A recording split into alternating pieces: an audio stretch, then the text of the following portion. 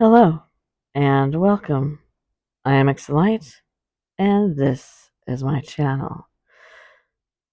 I was watching a documentary on somewhere, I'm not sure, and it was about this folklore in Alaska, and this Alaskan actor had sworn that he had seen what he calls Enukin, and it's a they're little person creatures that the myths say that they used to live with the native Alaskans and they got along fine, and then something happened and they left and they went off into the woods, and that now they are considered this mythical creature who lives like the old ways, dresses in the old ways, and can take over your mind.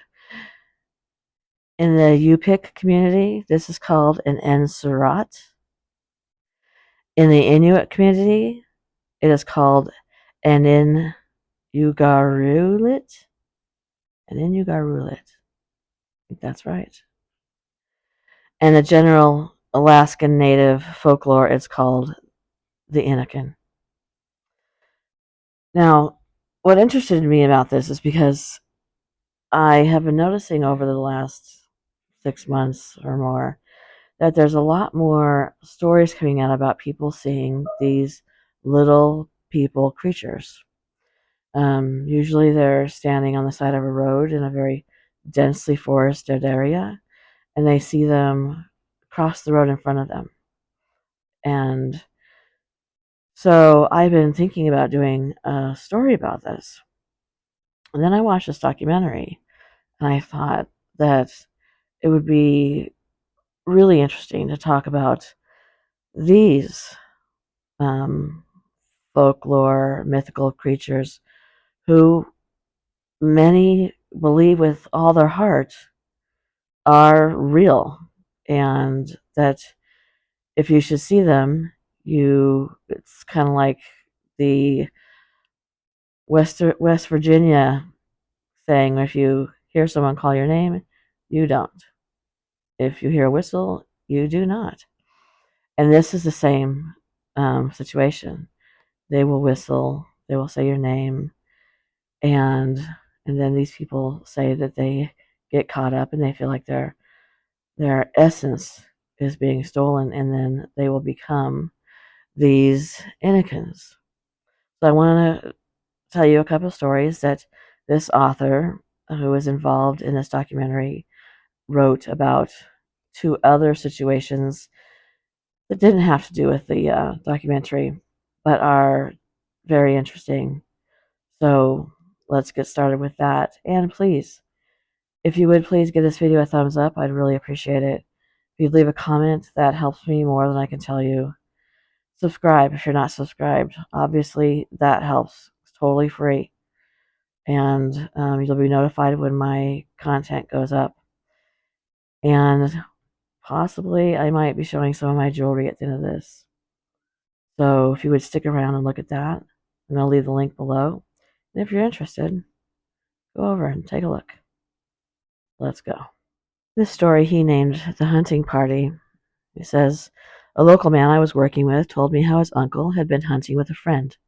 Let's call them Eugene and Cameron. These two native Alaskan hunters were described as being excellent marksmen and exceptionally talented at navigating the hazards of the untamed land. They'd been tracking a big caribou herd for a while and eventually caught up with them in a mountainous valley. The duo walked into the valley, leaving their four-wheelers behind so as not to spook the caribou with engine noises. There, in the center of the valley, the placid beasts grazed on tundra scrub.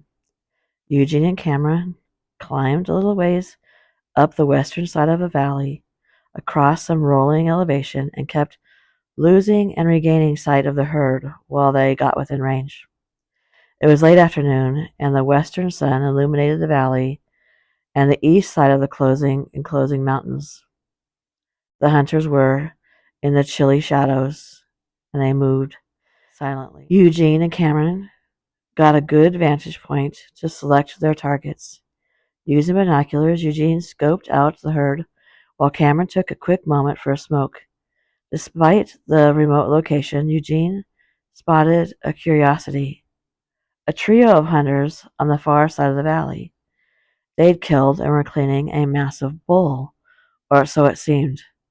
But something was off, and Eugene pointed this out to Cameron, who stopped smoking immediately and took a look. Cameron pulled out his rifle and zeroed in the powerful scope on the three hunters, and he quickly realized why the scene was perplexing. The trio wore traditional indigenous clothing, handmade from hides, and lacking any of the trappings now common among modern Native Alaskans. I'm going to take a break here and tell you that the documentary said that there are women who make parkas the old way, and that the only people who wear them generally, besides their family members, are wealthy, that they cost a lot of money, and they are a status symbol amongst the villagers. Villagers have long since taken up Carhartts, muck boots, and Cabela's as their gear of choice. It was stressed upon me that no one wears the old garb nowadays except for ceremonies and holidays, and especially not to hunt. Other anomalies were quickly apparent. There were no guns in sight, and these hunters' bodily proportions were askew: large heads with short bodies and very small arms and legs, but clearly muscular. All of a sudden, one of the hunters stopped his task and looked up from the caribou. His hand shot up, with his index finger pointing straight to the sky. The other two stopped too and looked at their companion expectantly. In an instant, the arm dropped parallel to the ground, with their finger pointed directly at Eugene and Cameron. All three hunters turned their heads at the same time to look at the men. Startled, both flinched. They looked at each other and then back toward the trio, but there was nothing to be seen. No hunters, no butchered caribou, nothing. After bagging their own kills, the true friends went to investigate the site, where they saw the trio and their bull. There were small patches of blood littering the area. Tiny footprints, like those of a child, were scattered around a circle, but there were no traces of tracks leading to or from the spot. This next one comes from a friend, V, who I met in Anchorage. V used to work for the Alaska Commercial Company, which is sort of like the Walmart of Alaska's villages. The AC stores sell a wide variety of sundries from food to hardware and everything in between. V and random colleagues would occasionally be selected to visit villages and take inventory to restock entire stores. As anyone that has worked in retail can tell you, these are daunting undertakings. In V's experience, such trips could take an extra week or more, depending on the size of the store. In most villages, there are no B&Bs or hotels for visitors, so the individuals or teams tasked with rearranging the shelves and displays would usually bring sleeping bags and pads and sleep at the store. Employees would sometimes come back from these jaunts with eerie tales, alarm systems frequently going off in the middle of the night for no reason, furniture or entire pallets worth of goods moved to different sides of the store in silence, objects thrown from the ceiling. Strange stuff.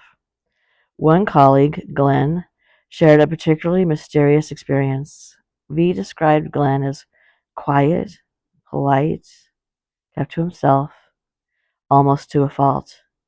But he was a darn good worker, and he was good at his job, utilizing his diligence to set stores in pristine order. On a trip to a smaller AC location, he brought a sleeping bag and, rather than sacrifice precious time by sleeping in the back room, he simply made camp for the night in the middle of the aisle he was working on.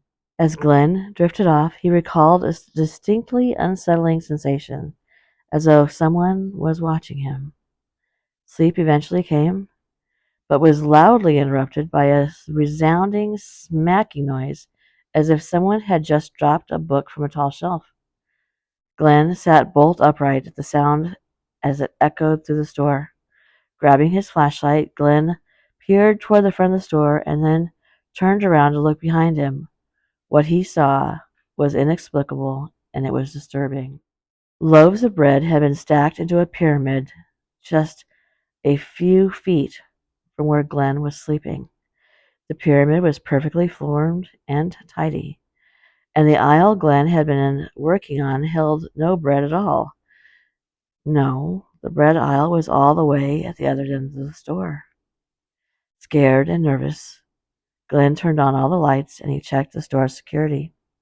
The doors were all locked, windows bolted, and the alarm was still on. Nothing was broken, and there were no signs of anyone else in the store. True to his meticulous nature, Glenn took each loaf back to the correct aisle and stocked them accordingly.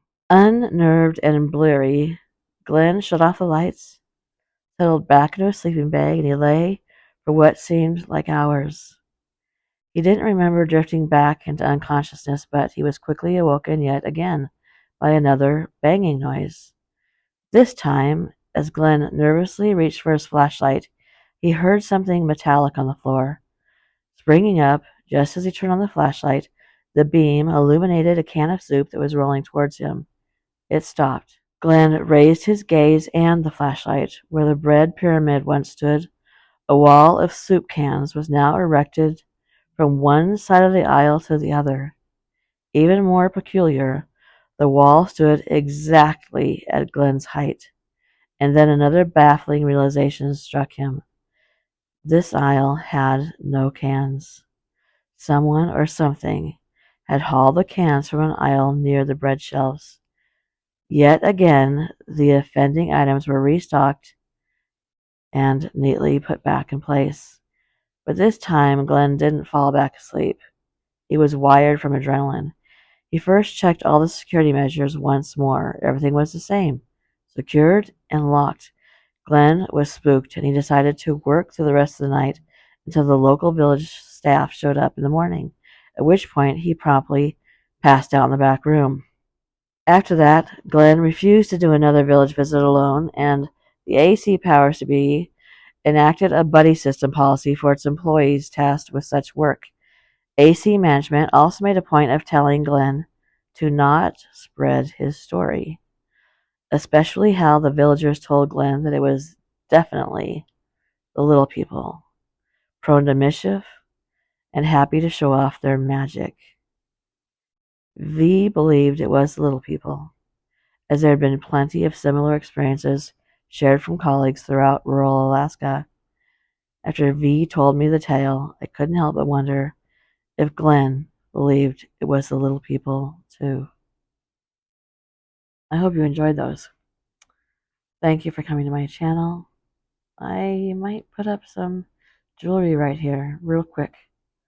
Like I said, the link below. Have a good night.